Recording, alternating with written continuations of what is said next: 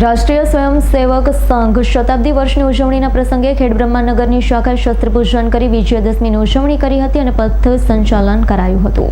દશાબ્દી વર્ષની ઉજવણી પ્રસંગે મુખ્ય અતિથિ તરીકે જ્યોતિ હાઈસ્કૂલના આચાર્ય સુરેશભાઈ પટેલ અને વક્તા તરીકે અશોકભાઈ પટેલ ઉપસ્થિત રહી રાષ્ટ્રીય સ્વયંસેવક સંઘના 100 વર્ષની ગાથા વર્ણવી હતી। જ્યારે કોઈપણ કુદરતી આપત્તિમાં આરએસએસ હંમેશા અગ્રેસર હોય છે તેવું ખેડબ્રહ્મા નગર કાર્યવાહ હરપાલસિંહ ચૌહાણે જણાવ્યું હતું। કાર્યક્રમની શરૂઆત પહેલા સ્વયંસેવકો દ્વારા નગરમાં શિસ્તબદ્ધ રીતે પથ સંચાલન કર્યું છે। તે દરમિયાન લોકોએ પુષ્પવર્ષા કરી હતી। કાર્યક્રમના અંતે શસ્ત્રપૂજન કરાયું હતું। રાષ્ટ્રીય સ્વયંસેવક સંઘના આ શતાબ્દી વર્ષ નિમિત્તે વિજયાદશમી ઉત્સવનું આયોજન થયેલ છે। સંઘે આ 100 વર્ષ દરમિયાન અનેક કાર્યો કર્યા છે। દેશ રાષ્ટ્રપ્રેમના કાર્યો કર્યા છે।